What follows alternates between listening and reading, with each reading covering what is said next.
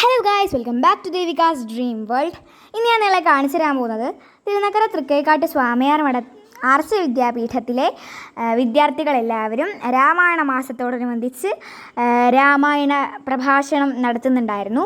അപ്പോൾ ഇതിൻ്റെ തുടക്കവും ഞാനായിരുന്നു പ്രഭാഷണം ചെയ്തത്. അത് ഞാൻ യൂട്യൂബിൽ അപ്ലോഡ് ചെയ്തിട്ടുണ്ട്. അത് കാണാത്തവരെല്ലാവരും ഞാനത് താഴെ കൊടുത്തേക്കാം. എല്ലാവരും അതെടുത്ത് കാണണം കേട്ടോ.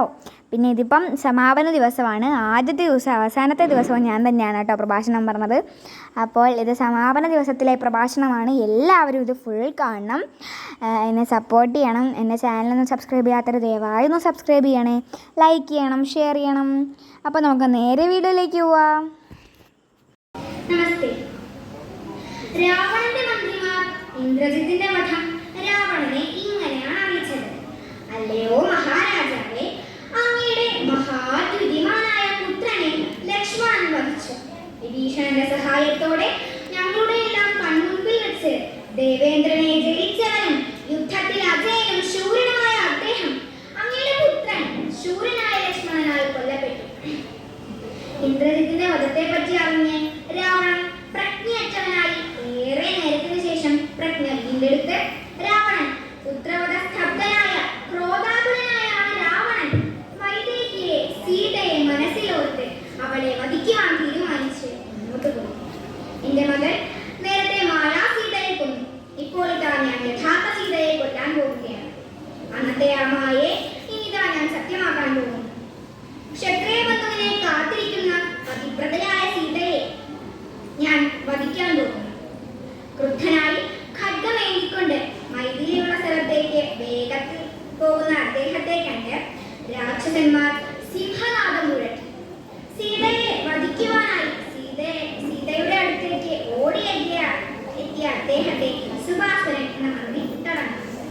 സുഭാസുരൻ പറഞ്ഞു, വേദവിദ്യകൾ അഭ്യസിച്ച അങ്ങ് സ്വകർമ്മനിരതനായി വർത്തിക്കുവാനായിരിക്കെ സ്ത്രീവധം ഒരിക്കലും ചെയ്യരുത്. ലോകസമ്പന്നയായ മൈഥിലിയെ രക്ഷിച്ച് അരുളുക. ഞങ്ങളോടുകൂടി ആ രാമന്റെ നേർക്ക് അങ്ങയുടെ ക്രോധം മുഴുവൻ വമിക്കുക. ഇപ്പോൾ തന്നെ യുദ്ധത്തിന് പുറപ്പെട്ട് ആ രാമനെ വധിക്കുക. രാമനെ കൊന്ന് മൈഥിലിയെ പ്രാപിക്കുക. അതാണ് ഉചിതം. സുഹൃത്ത് പറഞ്ഞ വാക്കുകേട്ട് രാവണൻ സഭയിലേക്ക് മടങ്ങിപ്പോയി. പിന്നീട് രാവണൻ യുദ്ധകാഹളം മുഴക്കി. എല്ലാ രാക്ഷസ സൈന്യത്തോടും കൂടി പറഞ്ഞു, നിങ്ങളെല്ലാവരും ഒന്നിച്ചുപോയി രാമനെ വധിക്കുക.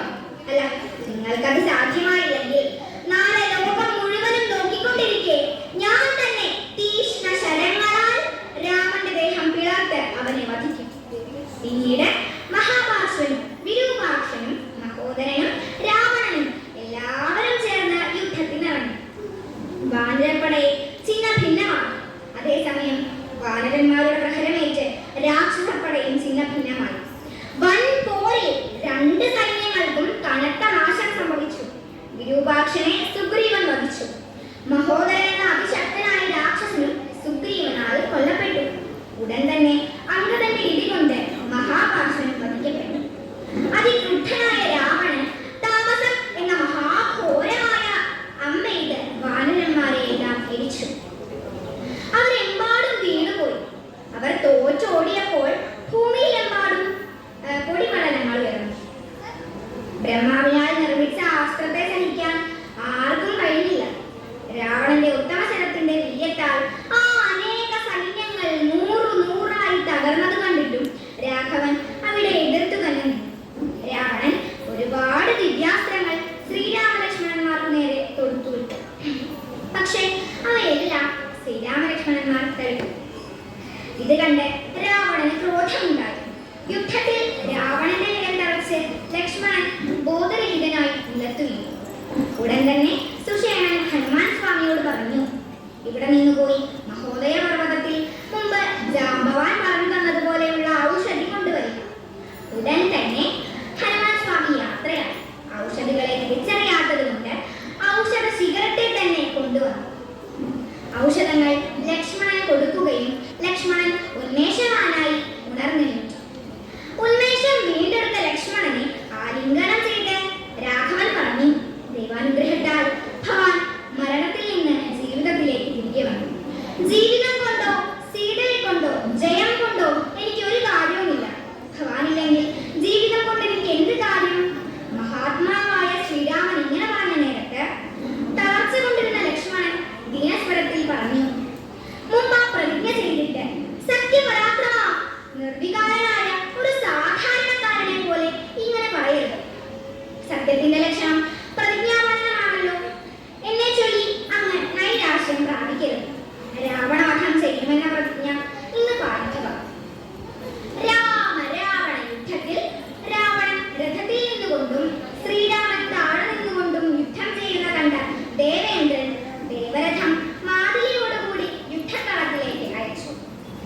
സർവസാരഥിയായ മാതി ശ്രീരാമചന്ദ്രസ്വാമിയുടെ അടുത്ത് ചെന്ന് പറഞ്ഞു, അല്ലയോ കാകുൽസ്ഥ, ഈ രഥം സഹസ്രാക്ഷൻ അങ്ങയുടെ വിജയത്തിനായി അങ്ങേക്ക് തന്നയച്ചിരിക്കുകയാണ്.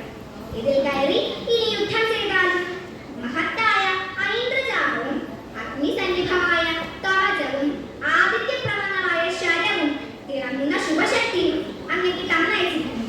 സ്വീകരിച്ചാലും. ഇത് കേട്ട് രഥത്തെ പ്രദക്ഷിണം വെച്ച് ശ്രീരാമൻ രഥത്തിൽ ആരോഹണം ചെയ്തു. അതിഘോരമായ യുദ്ധത്തിൽ രാവണന് ക്ഷീണം വന്നു, പ്രതിരോധിക്കാനാവാതെ വന്നു. ഈ സമയം രാവണന്റെ സാരഥി രഥം യുദ്ധക്കളത്തിൽ നിന്ന് ഓടിച്ചു മാറ്റി. ഇത് കണ്ട് ക്രുദ്ധനായ രാവണൻ, വീരം കെട്ടവൻ, അശക്തൻ എന്നെല്ലാം ലോകം എന്നെ വിളിക്കും. നീ എന്ത് പ്രവൃത്തിയാണ് ചെയ്തത്? എന്നെ തിരിച്ച് യുദ്ധക്കളത്തിലേക്ക് തന്നെ കൊണ്ടുപോകുക എന്ന് പറഞ്ഞു. അപ്പോൾ സാരഥി പറഞ്ഞു, കൊടും പോര് ചെയ്ത് അങ്ങേക്ക് ക്ഷീണം ഉണ്ടായി കഴിഞ്ഞിരുന്നു. വീരപ്രകടനത്തിൽ ഉത്സാഹം കുറഞ്ഞു, മുന്നേറ്റമില്ലാതായി. തേർക്കുതിരകൾ തേർ വലിച്ച് തളർന്നു പോയിരുന്നു. ചൂട് മൂലം അവ വിയർത്തു. മഴയത്ത് ചൂടുന്ന പശുക്കളെ പോലെ തളർന്നു കഴിഞ്ഞിരുന്നു. അവിടെ കാണാൻ നിമിത്തങ്ങളെല്ലാം നമുക്ക് പ്രതികൂലമായിരുന്നു. പ്രത്യക്ഷമായ ഓരോന്നും നമുക്ക് എതിരാളിയാണ് ഭവിച്ചുകൊണ്ടിരുന്നത്. അപ്പോൾ സൂര്യന്റെ ചുമതല അവന്റെ സ്വാമിയെ രക്ഷിക്കുക എന്നതാണ്. അതുകൊണ്ടാണ് രഥം ഞാൻ തിരിച്ചു ഓടിച്ചത്. ഇനി അങ്ങ് പറയുന്നത് എന്തോ അത് ഞാൻ ചെയ്തുകൊള്ളാം. പറയൂ, എന്താണ് ഞാൻ ചെയ്യേണ്ടത്? ഇത് കേട്ട രാവണൻ സന്തുഷ്ടനായി. രാവണൻ അവന് ഒരു ഹാരം സമർപ്പിച്ചിട്ട് നേരെ ശ്രീരാമന്റെ മുന്നിലേക്ക് രഥം കൊണ്ടുപോകാനായി പറഞ്ഞു. ഈ സമയം ദേവലോകത്ത് നിന്ന് അഗസ്ത്യമുനി അവിടെ പ്രത്യക്ഷപ്പെടുകയും ശ്രീരാമചന്ദ്രസ്വാമിക്ക് സർവ വിജയവും നൽകുന്ന ആദിത്യഹൃദയം എന്ന മന്ത്രം, സർവശത്രു വിനാശകമായ പുണ്യസ്തോത്രം സ്വാമിക്ക് പറഞ്ഞു. അത് അക്ഷയവും പരമവും ശിവവും ജയപ്രദവുമാണ്. ഇത് ജപിക്കുക, നിനക്ക് സർവ വിജയവും ഉണ്ടാകുന്നതാണ് എന്ന് പറഞ്ഞ് ശ്രീരാമചന്ദ്രസ്വാമിക്ക് അഗസ്ത്യമുനി ഉപദേശിച്ചു. മഹാബാഹോ, ഈ ക്ഷണം തന്നെ ജപിക്കുക, രാവണനെ ജയിക്കുന്നതാണ്. ഇപ്രകാരം അറിയിച്ചിട്ട് അഗസ്ത്യമുനി പോകുകയും ചെയ്തു. ഇത് കേട്ടിട്ട് തേജസ്വിയായ ശ്രീരാമന് കൂടുതൽ ഉന്മേഷമുണ്ടായി. സുപ്രീതനായി ഇന്ദ്രിയങ്ങളെ അടക്കിക്കൊണ്ട് മന്ത്രം ധ്യാനിച്ച് വീര്യവാനായ രാഘവൻ മൂന്നൊരു ആചമനം ചെയ്ത് ശുദ്ധനായി ആദിത്യനെ നോക്കിക്കൊണ്ട് കൈകൂപ്പി ആദിത്യ ഹൃദയം വിളിച്ചു. ഉത്സാഹത്തോടെ രാവണനെ നോക്കിക്കൊണ്ട് അവനെ വധിക്കുവാനായി സമസ്ത യജ്ഞവും ചെയ്യാൻ തീരുമാനിച്ച് മുന്നോട്ട് നീങ്ങി. പിന്നീട് നടന്ന അതിഘോരമായ യുദ്ധത്തിൽ അവസാനം ശ്രീരാമചന്ദ്രസ്വാമി പൈതാമഹാസ്ത്രം, അതായത് ബ്രഹ്മാസ്ത്രം എടുത്ത് കാർമുകത്തിൽ സന്ധാനം ചെയ്ത് വസുന്ധരം കുലുങ്ങുമാറ് സമുക്തനായി കാർമുകം ആഞ്ഞു വലിച്ചു. ആവോളം ആക്കത്തോടെ മർമ്മം പിളർക്കുന്ന ആ ശരം രാവണന് നേരെ വിക്ഷേപിച്ചു. ഉത്തമ ബാണത്തെ മഹാബലവാനായ ശ്രീരാമൻ മന്ത്രം ഉച്ചരിച്ചുകൊണ്ട് വേദപ്രോ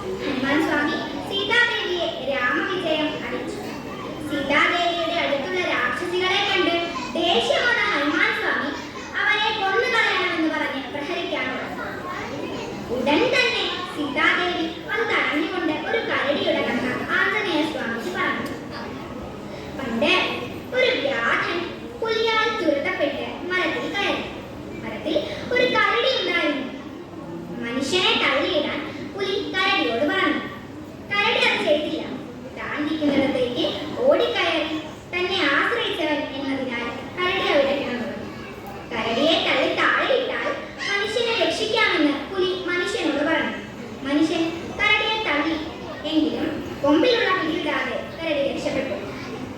പുലി വീണ്ടും കരടിയോട് പറഞ്ഞു, വഞ്ചനയെ തള്ളിയില്ല. അപ്പോഴാണ് കരടി ഈ ശ്ലോകം ചൊല്ലിയത്.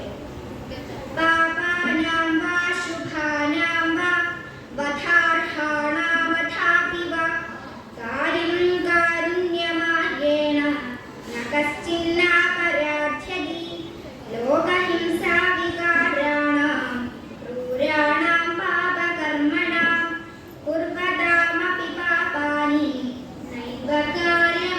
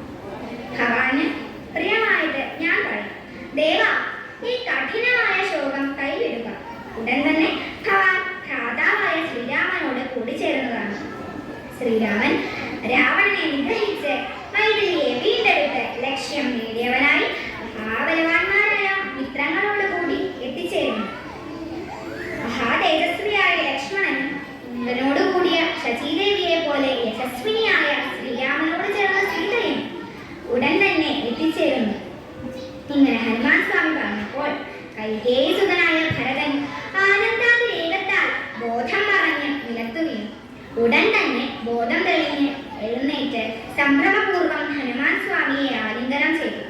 വിവരങ്ങൾ അറിയിച്ച് ഹനുമാൻ സ്വാമി തിരിച്ചുപോയി. താമസിയാതെ ശ്രീരാമചന്ദ്രസ്വാമി പുഷ്പക വിമാനത്തിൽ ഭരതന്റെ അടുത്തെത്തി. ഭരതൻ ശ്രീരാമനെ സമീപിച്ച് ആനന്ദപൂർവ്വം അഭിവാദനം ചെയ്തു. ഭരതനെ കെട്ടിപ്പിടിച്ചുകൊണ്ട് വിമാനത്തിലേക്ക് ശ്രീരാമചന്ദ്രസ്വാമി കയറ്റിയിരുത്തി. സന്തോഷാശ്രുക്കൾ പൊഴിച്ചുകൊണ്ട് ഭരതൻ ശ്രീരാമചന്ദ്രസ്വാമിയുടെ തലയിൽ കൈവച്ചുകൊണ്ട് പറഞ്ഞു, എന്റെ അമ്മയെ ആദരിച്ചുകൊണ്ട് ഭഗവാൻ എന്നിലേക്ക് തന്ന രാജ്യം ഞാനിതാ അങ്ങയ്ക്കായി തിരിച്ചു തരുന്നു. രാഘവ, അങ്ങ് അഭിഷിക്തനായി മധ്യാഹ്നത്തിൽ ജ്വലിക്കുന്ന സൂര്യനെ പോലെ പ്രതാപിയായിരിക്കുന്നത് ലോകർക്ക് കാണുമാറാകട്ടെ. താമസിയാതെ എല്ലാവരും അയോധ്യയിലെത്തി. ശ്രീരാമസ്വാമിയുടെ പട്ടാഭിഷേകത്തിനായുള്ള ഒരുക്കങ്ങൾ ഉടനെ ആരംഭിച്ചു. രത്നകുംഭത്തിൽ സമുദ്രജലം കൊണ്ടുവന്ന് ശ്രീരാമചന്ദ്രസ്വാമിയുടെ അഭിഷേക കർമ്മങ്ങൾ ആരംഭിച്ചു. വസിഷ്ഠൻ, വാമദേവൻ, ജാപാലി, കശ്യപൻ, കാത്യായനൻ, ഗൗതമൻ, വിജയൻ എല്ലാ മഹർഷിമാരും ഒത്തുകൂടി ഋത്തുക്കളെ കൊണ്ട് ആദ്യം ബ്രാഹ്മണർ, പിന്നെ കന്യകമാർ, മന്ത്രിമാർ, ഭടന്മാർ എന്നിവരെ കൊണ്ടും അഭിഷേകം ചെയ്തു.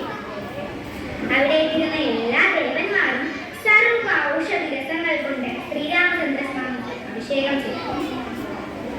പണ്ട് ബ്രഹ്മാവ് നിർമ്മിച്ച രത്നശോഭിതവും വൈവസ്വത മനുവിനെ അണിയിച്ചതും അഭിഷേകിച്ചതും ആ വംശത്തിൽ പിറന്ന രാജാക്കന്മാരെ അണിയിച്ചു പോന്നതുമായ കിരീടമുണ്ട്. സ്വർണ്ണ നിർമ്മിതവും മഹത്തായ ഐശ്വര്യത്താൽ ശോഭിതവും നാനാരത്നങ്ങൾ പതിച്ച് കാന്തിമത്താക്കിയതുമായ സഭാശാലയിലെ രത്നമയമായ പീഠത്തിൽ രാഘവനെ ഇരുത്തി ആത്മാവായ വസിഷ്ഠൻ ഋത്വിക്കുകളോട് കൂടി ചേർന്ന് ആ കിരീടവും ആഭരണങ്ങളും ഭഗവാനെ അണിയിച്ചു. ശത്രുഘ്നൻ കൊറ്റക്കുട പിടിച്ചു. പെൺചാമരം ഒരെണ്ണം വാനരേശ്വരനായ സുഗ്രീവൻ പിടിച്ചു. ചന്ദ്രതുല്യമായ മറ്റൊരു പെൺചാമരം രാക്ഷസേന്ദ്രനായ വിഭീഷണൻ പിടിച്ചു. 100 സ്വർണ്ണ താമരകൾ കോർത്ത് ജ്വലിക്കുന്ന മാല ഇന്ദ്രൻ കൊടുത്തയച്ചത് വായുഭഗവാൻ ശ്രീരാമന് നൽകി. സമസ്ത രത്നങ്ങൾ കോർത്തതും തിളങ്ങുന്ന മധ്യമണിയോട് കൂടിയതുമായ ഒരു ഹാരം ശുക്രൻ കൊടുത്തയച്ചത് വായുഭഗവാൻ ശ്രീരാമസ്വാമിക്ക് നൽകി. ധീമാനായ ശ്രീരാമന്റെ അഭിഷേക മഹോത്സവത്തിന്റെ വേളയിൽ ഭൂമി സസ്യസമ്പുഷ്ടയായി, പാദവങ്ങൾ ബലപൂർണങ്ങളായി, പൂക്കൾ ഗന്ധപൂരിതമായി. 1,00,000 കുതിരകളെയും അത്ര തന്നെ ധേനുക്കളെയും 100 ഋഷഭങ്ങളോടൊപ്പം നരശ്രേഷ്ഠൻ ബ്രാഹ്മണർക്ക് ദക്ഷിണ നൽകി. 30 കോടി സ്വർണ്ണ നാണയങ്ങളും നാനാവിധത്തിലുള്ള ആഭരണങ്ങളും വിലപ്പെട്ട വസ്ത്രങ്ങളും ബ്രാഹ്മണർക്ക് ദാനം ചെയ്തു. അങ്ങനെ ശ്രീരാമ പട്ടാഭിഷേകം അതിഗംഭീരമായി ലോകത്തെല്ലാം സന്തോഷം കൊടുത്തുകൊണ്ട് മംഗളമായി നടന്നു. ഈ രാമായണ മാസത്തിലും കുട്ടികൾക്കായി പ്രഭാഷണ പരമ്പര ഒരുക്കിയ തൃക്കേക്കാട്ട് സ്വാമിയാർ മഠത്തിനും ഞങ്ങളുടെ ഗുരുനാഥനായ വിശ്വനാഥൻ സാറിനും മധുമുത്തച്ഛനും സോമൻ സാറിനും ഈ പ്രഭാഷണ പരമ്പരയിൽ ഇത്രയും കുട്ടികളെ പങ്കെടുപ്പിച്ച് അവർക്ക് വേണ്ട നിർദ്ദേശങ്ങൾ തന്ന ഞങ്ങളുടെ ഗുരുനാഥനായ പരമേശ്വരൻ സാറിനും, അതുപോലെ തന്നെ ഇതിനു പിന്നിൽ പ്രവർത്തിച്ച മഹേഷ് ചേട്ടനും വിദ്യ ചേച്ചിക്കും വിനോദ് ചേട്ടനും സ്വാമിയാർ മഠത്തിലെ എല്ലാ അംഗങ്ങൾക്കും മാതാപിതാക്കൾക്കും ഞങ്ങളുടെ പ്രഭാഷണം കേട്ട് ഞങ്ങളെ അനുഗ്രഹിച്ച സജ്ജനങ്ങൾക്കും ഞങ്ങളുടെ ഹൃദയം നിറഞ്ഞ നന്ദി, നമസ്കാരം. ശ്രീരാമചന്ദ്രസ്വാമിയുടെയും ഹനുമാൻ സ്വാമിയുടെയും ഞങ്ങളുടെ ഗുരുനാഥന്മാരുടെയും പാഠങ്ങളിൽ ഞാൻ സാഷ്ടാംഗം നമസ്കരിക്കുന്നു. നന്ദി. Hello guys, welcome back to Devika's dream world. ഞാൻ നിങ്ങളെ കാണിച്ചു തരാൻ പോകുന്നത് മറ്റൊന്നുമല്ല, എൻ്റെ ഡാൻസ് തിരുനഗര ശ്രീകൃഷ്ണസ്വാമി ക്ഷേത്രത്തിൽ ജന്മാഷ്ടമിയോടനുബന്ധിച്ചുണ്ടായിരുന്നു. അപ്പോൾ ഞാൻ 3 ഡാൻസ് കളിച്ചു. അതിലെ ഘനശ്യാമവൃന്ദാരണ്യം ആ പാട്ട് വെച്ചിട്ടുള്ള ഡാൻസാണ് കേട്ടോ ഇപ്പം ഞാൻ നിങ്ങളെ കാണിച്ചു തരാൻ പോകുന്നത്. ബാക്കി പുറകെ വന്നോളും. അപ്പോൾ എന്തായാലും നിങ്ങൾ സ്കിപ്പ് ചെയ്യാതെ തന്നെ ഈ ഡാൻസ് കാണുക, എന്നിട്ട് അഭിപ്രായമൊക്കെ പറയുക. എൻ്റെ ചാനൽ സബ്സ്ക്രൈബ് ചെയ്യുക, ലൈക്ക് ചെയ്യുക, ഷെയർ ചെയ്യുക, ഞങ്ങളെ സപ്പോർട്ട് ചെയ്യുക. അപ്പോൾ എന്തായാലും നമുക്ക് തുടങ്ങിയാലോ. 1 2 3 സ്റ്റാർട്ട്.